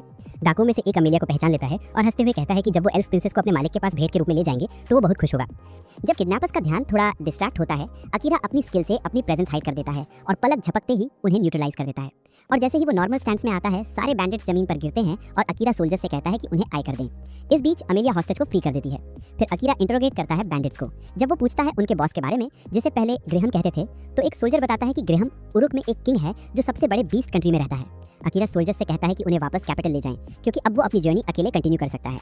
सोल्जर्स बताते हैं कि उन्हें उसे हार्बर तक एस्कॉर्ट करने का आदेश मिला था, लेकिन अकीरा उन्हें वापस जाने के लिए मना देता है। थोड़ी ही देर में वो हार्बर पहुंचते हैं और एक शिप में बोट कर लेते हैं। अकीरा अपने फ्रेंड से कहता है कि जैसे ही वो बीस्ट फोक कॉन्टिनेंट पहुंचेंगे, उसे कुछ अच्छे वेपन्स मिलेंगे और उसका लेवल भी बूस्ट होगा। अमेलिया सुन के शॉक होती है कि वो अभी भी और स्ट्रॉन्ग बनना चाहता है, और अकीरा कहता है कि वो कमांडर सैरन से रिवेंज लेने में कोई कॉम्प्रोमाइज नहीं करेगा। नाइट बताता है कि बीस्ट फोक कॉन्टिनेंट के हार्बर सिटी में एक डंजन है जहां वो अपना लेवल बढ़ा सकता है। हालांकि वहां पहुंचने में कुछ दिन लगेंगे और तब तक उन्हें रिलैक्स करना चाहिए और जर्नी का आनंद लेना चाहिए। जैसे ही शिप सेल करती है, अमेलिया एक्साइटेड हो जाती है टाइटैनिक जैसे सीन्स रिक्रिएट करने के लिए। वो कहती है कि वो उसके साथ टाइटैनिक वाला पोस्ट करना चाहती है, लेकिन अकीरा सिर्फ सिग्मा मेल की तरह इग्नोर करता है। इंस्टेड वो किताब पढ़ना चूज करता है जो राजा ने फेयरवेल गिफ्ट में दी थी। अमेलिया अपने फादर को ब्लेम करती है कि उसने अकीरा का ध्यान डिस्ट्रैक्ट करने की कोशिश की, लेकिन अकीरा उसकी ओपिनियन पर ध्यान नहीं देता। जर्नी के दौरान वो किताबें पढ़ता रहता है और जल्दी ही वो बीस्ट फोक कॉन्टिनेंट पहुंचते हैं। उनका पहला स्टॉप उर नाम का हार्बर सिटी है और अकीरा को पता चलता है कि यहाँ सिर्फ ह्यूमंस ही लेबर कर रहे हैं। वो इसे ज्यादा ध्यान नहीं देता और आगे बढ़ता है, लेकिन तभी 3 छोटे थग्स उसे घेर लेते हैं। वे उसे एल्फ गर्ल को छोड़ के भाग जाने को कहते हैं। उनके एटीट्यूड से अकीरा समझ जाता है कि ये बीस्ट ह्यूमंस के साथ बायस रखते हैं, और फिर वो उनकी तरफ बढ़ता है रेडी टू फाइट, लेकिन अपनी शैडो मैजिक से उनकी आंखों पर डार्क पैचेस डाल देता है जिससे उनकी विजन ब्लॉक हो जाती है। और फिर वो सिटी की तरफ बढ़ता है जहाँ हर कोई नाइट से डरता हुआ लगता है। अमेलिया नाइट से पूछती है कि क्या उसे इसके बारे में कुछ आइडिया है। नाइट जवाब देता है कि इस कॉन्टिनेंट के लोग ब्लैक कैट से डरते हैं और इसका बहुत ही लेजिट रीजन है। इमीडिएटली बाद में अकीरा और अमेलिया एक होटल में रूम बुक करते हैं और भरपेट खाना एंजॉय करते हैं। अकीरा डिसाइड करता है कि वो सो जाएगा और अमेलिया बताती है कि उनके बेड्स थोड़े बड़े हैं। वो कहती है कि दोनों के लिए बस एक ही बेड काफी होगा, और अकीरा हैरान रह जाता है क्योंकि उसे अमेलिया से इतनी डायरेक्ट बात की उम्मीद नहीं थी। नाइट जो विंगमैन की रोल निभा रहा है, अकीरा से कहता है कि वो मिडनाइट वॉक पर जा रहा है, इसलिए दोनों अपने हिसाब से करें। अकीरा थोड़ा कंफ्यूज होता है और अमेलिया खुशी खुशी शावर लेने चली जाती है, लेकिन जब वो बात करके बाहर आती है, अकीरा सो रहा होता है और वो उसे डिस्टर्ब नहीं करना चाहती।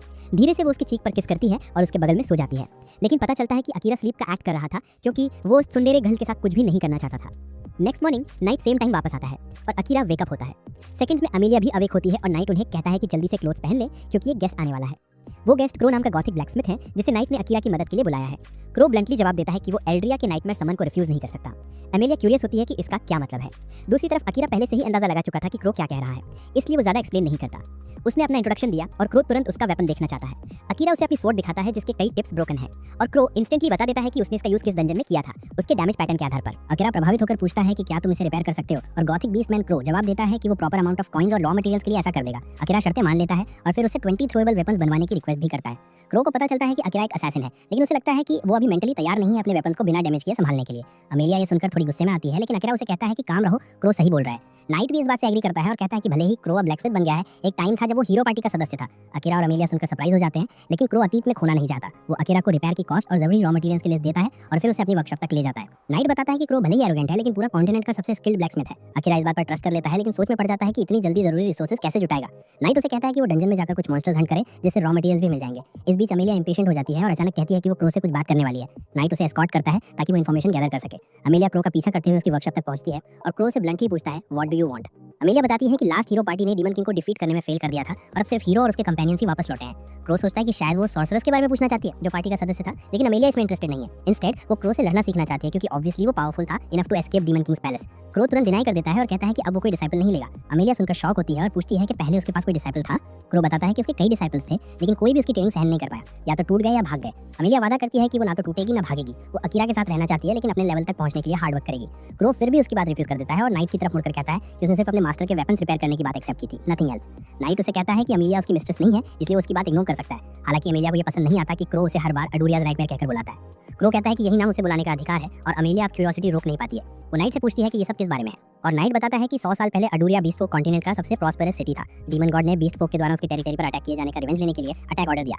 उसका ऑब्जेक्टिव सिर्फ कुछ डैमेज करना और रूलिंग क्लास को स्कैर करना था, लेकिन उसकी डेमोनाइक नेचर उसे ओवरपावर कर गई और वो रैम्पेज में शहर को पूरी तरह डिस्ट्रॉय कर देता है। उस दिन उसे अडूरिया और ब्लैक कैट्स का निकनेम मिला और वो पूरे कॉन्टिनेंट में फियर का सिंबल बन गया। अकीरा उसकी टेलीपैथिक लिंक से पूरी कहानी सुन लेता है और अब नाइट के लिए थोड़ा अपसेट हो जाता है। दूसरी ओर एमिलिया नाइट को बताता है कि उस घटना के कारण उसका मेंटल स्टेट इतना डिस्टर्ब हो गया था कि उसे लगा था अब जीने का कोई मतलब नहीं है। लेकिन अकीरा से मिलने के बाद नाइट अपने शेमफुल पास से आगे बढ़ चुका है और अब वो अपने न्यू मास्टर के लिए जीना चाहता है। क्रो ये सुनकर लाफ करता है, लेकिन नाइट से कहता है कि उसे कोई कंप्लेंट नहीं है।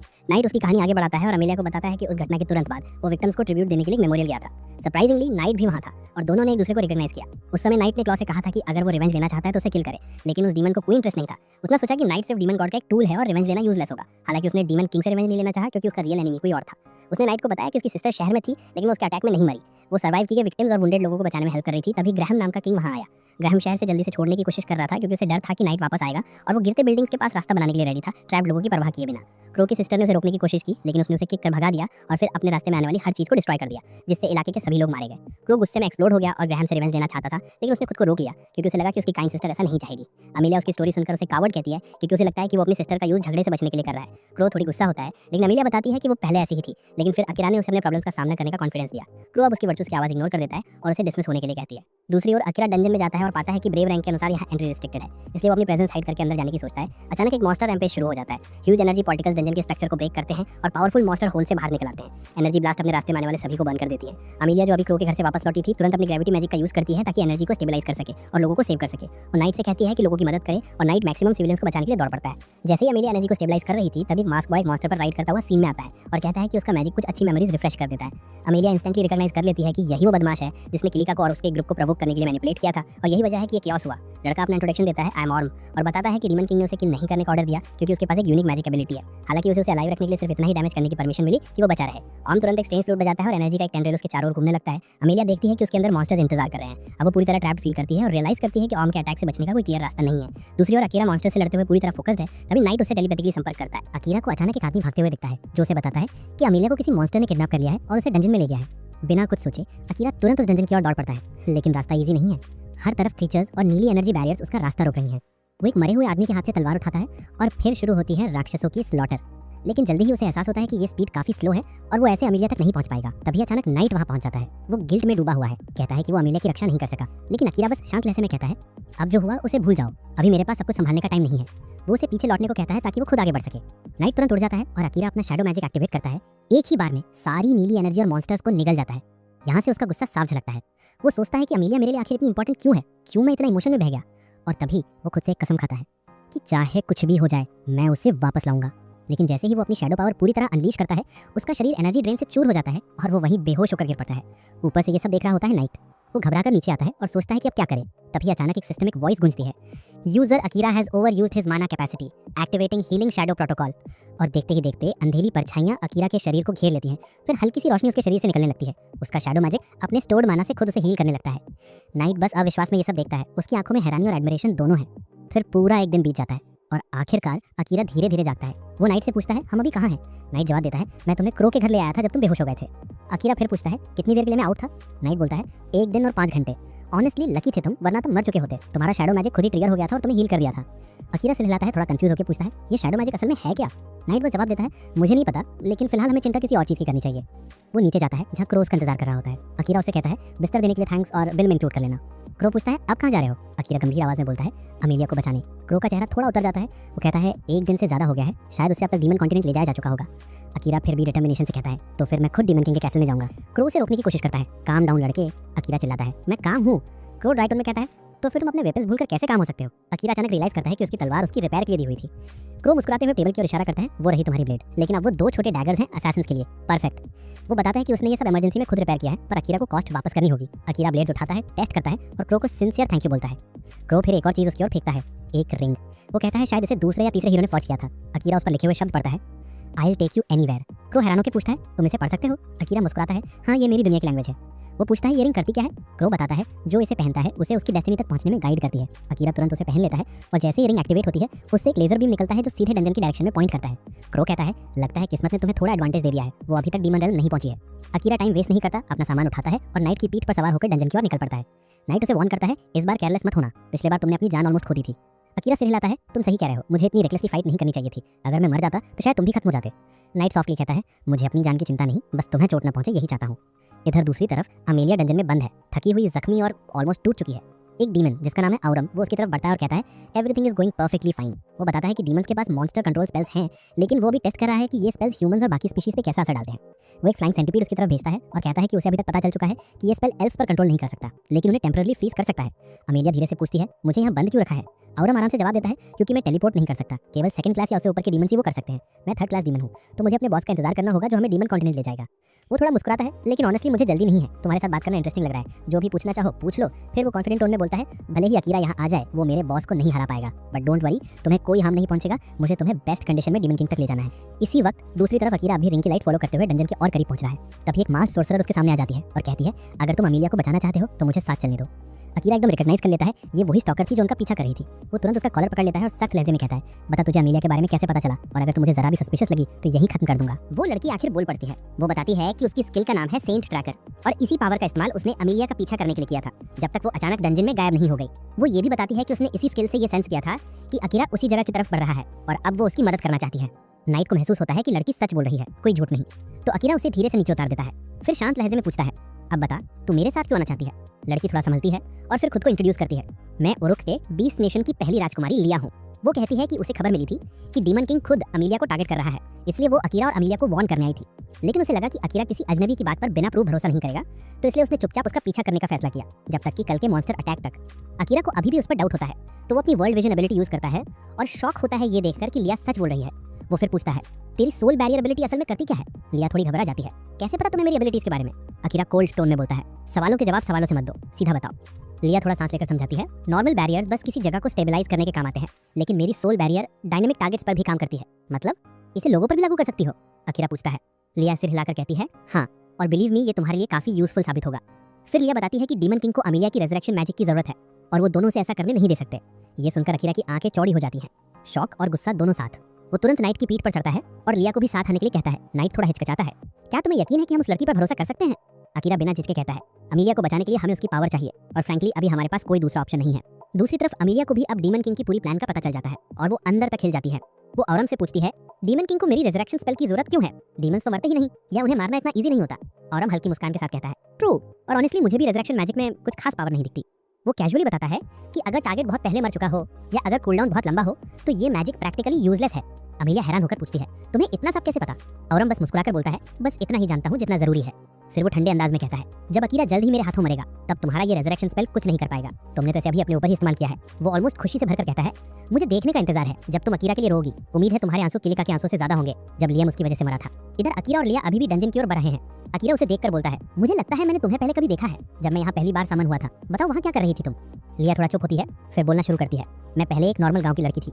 एक दिन अचानक वहाँ एक काला स्लज प्रकट हुआ जिसने पूरे गाँव और मेरे परिवार को निगल लिया। मुझे पूरा यकीन है कि किसी ने उस स्लज को फॉरबिडन मैजिक से बनाया और हमारे गाँव में छोड़ दिया। वो गहरी सांस लेकर आगे कहती है मैं उस दिन से उन्हीं लोगों को ढूंढने के मिशन पर हूँ। अकीरा को तुरंत एहसास होता है कि वही काला स्लज अमेलिया को निगलने वाला भी रहा होगा। लिया आगे बताती है कि वो अपने गांव की एकमात्र सर्वाइवर थी और जब रॉयल फैमिली को उसके रेयर स्किल के बारे में पता चला तो उन्होंने उसे अडॉप्ट कर लिया और इस तरह वो राजकुमारी बनी।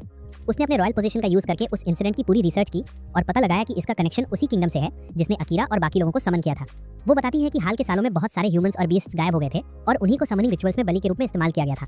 लिया को पूरा यकीन है कि उसका अपना परिवार भी उन्हीं विक्टिम्स में से था और इसलिए वो उस हीरो को करीब से देखना चाहती थी जिसे उन बलिदानों से बुलाया गया था। अकीरा धीरे से बोलता है तो मतलब मैं भी उन्हीं बुलाए गए लोगों में से हूँ। लिया थोड़ा मुस्कुराती है मुझे तुमसे कोई शिकायत नहीं, मुझे बस उस राजा और राजकुमारी से नफरत है जिन्होंने ये सब किया। अकीरा गंभीर टोन में कहता है तो हम दोनों के दुश्मन एक ही हैं। वो फिर कहता है मुझे कभी नहीं लगा कि राजा ने हमें किसी नोबल रीजन से बुलाया था। नाइट बीच में बोलता है और तुम सही सोचते हो, राक्षसों ने पिछले 100 सालों में किसी पर भी आक्रमण नहीं किया, लेकिन बाकी जातियां अब भी उन्हें ईविल मानती हैं जैसे वो सिर्फ विंसा के लिए बने हो। इतना कहते कहते वे आखिर डंजन एंट्रेंस पर पहुंच जाते हैं। अंदर पहुंचकर नाइट समझाता है हर फ्लोर को क्लियर करने के लिए हमें कुछ मॉन्स्टर्स मारने होंगे। ये रूल खुद पहले डीमन किंग ने बनाया था जिसने सभी डंजन्स क्रिएट किए थे और इसे बाईपास करने का कोई तरीका नहीं। अकीरा सोच में पड़ जाता है अगर हम नॉर्मल पेस में चलेंगे तो बहुत टाइम लग जाएगा, बेहतर है मैं शैडो मैजिक यूज करूं। नाइट मना करता है इस स्पीड से तुम बॉस तक पहुंचने से पहले ही एग्जॉस्ट हो जाओगे। अकीरा कांजी जवाब देता है फिर भी हमारे पास टाइम नहीं है। नाइट थोड़ा सोचता है और कहता है, ठीक है, मेरे पास एक और तरीका है। छोटे मॉन्स्टर्स मैं संभाल लूंगा, तुम अपनी एनर्जी फाइनल फाइट के लिए बचा लो। लेकिन फिर वो थोड़ा हेजिटेंट होकर बोलता है, बस डर है कि अगर मैं कंट्रोल खो बैठा तो तुम्हें नुकसान पहुंचा सकता हूँ। अकीरा उसे भरोसा दिलाता है, ऐसा कभी नहीं होने दूंगा। वो उसे कमांड देता है और नाइट अपने 3 सिर वाले रूप में ट्रांसफॉर्म हो जाता है। वो तेजी से गलियारों में दौड़ता है और अपनी फायरी ब्रेड से पूरे मॉन्स्टर्स फॉर्म्स को जला देता है। लेकिन कंट्रोल धीरे धीरे फिसलने लगता है। वो वॉल से टकराने लगता है। अकीरा उसकी तरफ चिल्लाता है, कंट्रोल रखो नाइट। उसकी आवाज़ जैसे किसी गहरे समंदर से आती है और नाइट उसे सुनकर थोड़ा काम होता है। वो कहता है, मेरी नेम लेते रहो, इससे मुझे खुद को संभालने में हेल्प मिलती है। अकीरा थोड़ा चौंकता है, उसे अजीब लगता है, लेकिन फिर भी बोलता रहता है ताकि नाइट खुद पर काबू रख सके। और इसी तरह दोनों उस अंधेरे डंजन की गहराई में बढ़ते जाते हैं, जहां आगे उनका सामना अब तक की सबसे खतरनाक लड़ाई से होने वाला है। नाइट अपने सामने खड़े राक्षसों के झुंड को जला रहा होता है। उसकी तीनों आंखों में आग सी चमक है। इसी बीच वो अकीरा से कहता है, ज्यादातर डीमंस ने कभी इंसानों पर हमला करने की कोशिश नहीं की, लेकिन कुछ जनरेशन पहले एक बेवकूफ इंसान ने फेम पाने के चक्कर में डीमन किंग की वाइफ को मार डाला था। अकीरा सुनकर चुप हो जाता है। उसे यकीन नहीं होता कि किसी की लालच की वजह से पूरी स्पीशीज को उसकी सजा मिली होगी। नाइट आगे कहता है, वो डीमन किंग बहुत शांत स्वभाव का था, अपने परिवार से प्यार करने वाला, लेकिन जब उसकी वाइफ गई तो उसके अंदर कुछ टूट गया और वो एक वॉकिंग डिजास्टर बन गया। अकीरा को उस पर थोड़ी सिंपैथी महसूस होती है, लेकिन साथ ही उसके मन में गुस्सा भी है। अगर वही डीमन किंग ने सच में अमीलिया को कैद किया है तो उसे इसकी कीमत चुकानी ही पड़ेगी। नाइट कहता है, बस याद रखना, सारे मॉन्स्टर्स एक जैसे नहीं होते। कुछ सिर्फ डिस्ट्रक्शन चाहते हैं, जबकि कुछ पीस में बिलीव करते हैं, बाकी रेसेस के साथ मिलकर जीना चाहते हैं। अकीरा से हिलाते हुए कहता है, मुझे याद रहेगा। और फिर दोनों आगे बढ़ते हैं। कुछ ही देर में वो एक बड़े दरवाजे के सामने पहुंचते हैं। अंदर अमीलिया को कैद करके रखा गया है। अकीरा गुस्से में दरवाजा तोड़ देता है और अंदर घुसते ही चिल्लाता है, उसे छोड़ दो। वो लिया को ऑर्डर देता है कि वो उस राक्षस के चारों ओर बैरियर एक्टिवेट करे। उसी वक्त नाइट अपनी ह्यूमन साइज फॉर्म में वापस आ जाता है। ऑरम, जो अमीलिया को पकड़कर खड़ा है, मुस्कुराता है और कहता है, इंप्रेसिव, लगता है डीमन लॉर्ड का राइट हैंड सच में कामयाब रहा, जिसने तुम्हें इतनी जल्दी यहाँ पहुंचा दिया। नाइट उसकी बात इग्नोर करता है और अकीरा से कहता है, माफ करना, शायद मैं कुछ देर के लिए तुम्हारे साथ नहीं रह पाऊंगा। अमीलिया भी गिल्ट में कहती है, माफ करना अकीरा, मेरी वजह से। लेकिन अकीरा दोनों को रोक देता है, शांत रहो, जब तक मैं जिंदा हूँ कोई तुम्हें हाथ नहीं लगाएगा। वो अपने 2 ब्लैक डैगर्स निकाल लेता है। ऑरम भी मुस्कुराता है, अपने स्पीयर को बुलाता है और कहता है, इस बार तुम न लड़ाई जीतोगे न अपनी जान। नाइट याद दिलाता है, लॉर्ड ने कहा था सिर्फ अकीरा को मेरे पास लाना है, लेकिन ऑरम हंसते हुए कहता है, मुझे तो बस अमीलिया को जिंदा लाने को कहा गया था। अगर अकीरा रास्ते में आया तो उसे खत्म कर दूंगा। ऑरम की बात पूरी होती से पहले ही अकीरा उसकी पीठ के पीछे शैडो टेलीपोर्ट करके अटैक करता है, लेकिन वो आसानी से उसे ब्लॉक कर देता है और पलटवार में उसके पैर पर चोट कर देता है। अब लड़ाई तेज होती है। अकीरा कई बार करता है, पर ऑरम हर मूव को मजाक में डिफेक्ट करता रहता है। वो हंसते हुए कहता है, यही है वो लेजेंड, पैथेटिक। अकीरा गुस्से में अपने घावों के बावजूद खड़ा होता है और कहता है, मैं ये फाइट खत्म करूंगा। वो तुरंत अपना शैडो मैजिक एक्टिवेट करता है। उसकी गिरी हुई हर बूंद से छाया जानवर उभर आते हैं। ब्लैक वुल्व्स, स्नेक्स और क्लॉड बीस्ट सब ऑरम पर टूट पड़ते हैं। कमरा अंधेरे से भर जाता है और ऑरम को हर दिशा से हमले पड़ने करते हैं। जब वो उन शैडो से निपटने में बिजी होता है, अकीरा उसकी ओर दौड़कर उसके हाथ और पैर पर वार कर देता है। स्पीयर उसके हाथ से गिर जाता है। लेकिन अब अकीरा पूरी तरह थक चुका है, उसका सांस भारी हो गया है। ऑरम हंसते हुए अपनी फ्लूट निकालता है। अब असली मजा देखो। वो एक डरावनी धुन बजाता है और दर्जनों डीमंस बुला लेता है। अकीरा पैनिक में है, उसका शैडो मैजिक कूलडाउन पर है और अब वो डिफेंसलेस है। डीमंस एक साथ एनर्जी ब्लास्ट तैयार करते हैं ताकि अकीरा को खत्म कर सकें। उसी पल लिया पूरी ताकत से चिल्लाती है, सोल बैरियर। एक गोल्डन डोम अकीरा के चारों ओर बन जाता है, जो ब्लास्ट को ऑब्जॉर्व कर लेता है। जैसे ही demons hand to hand attack के लिए बढ़ते हैं, बैरियर उनका ही हमला उन पर रिफ्लेक्ट कर लेता है। सिर उड़ जाते हैं, बॉडीज गिरती हैं। अमीलिया अकीरा के पास आती है। अब मौका है, ऑरम कमजोर हो गया है। वो अकीरा के पीछे छिप जाती है, जबकि ऑरम धीरे धीरे उठता है और कहता है, मुझे खुद पर शर्म आ रही है, एक इंसान से हार रहा हूँ। अकीरा उसका धंगर निकालता है, लेकिन आखिरी बार करने से ही सकता है। ऑरम मुस्कुराता है, क्या हुआ, एक हत्यारा अपने शिकार पर दया खा रहा है। अकीरा सोच में पड़ जाता है, क्या मैं किसी इंसान जैसे दिखने वाले प्राणी को मार सकता हूँ। और तभी कमरे की हवा बदल जाती है। ब्लैक वोरा के साथ डीमन लॉर्ड खुद वहाँ टेलीपोर्ट हो जाता है। वो गुस्से में ऑरम की हालत देखता है और ठंडी आवाज में कहता है, मुझे निराश किया तुमने। अकीरा, लिया और अमीलिया सब जम जाते हैं। अब वो जानते हैं ये फाइट वो जीत नहीं सकते। तो बस यही तक थे इस सीरीज के 6 एपिसोड्स।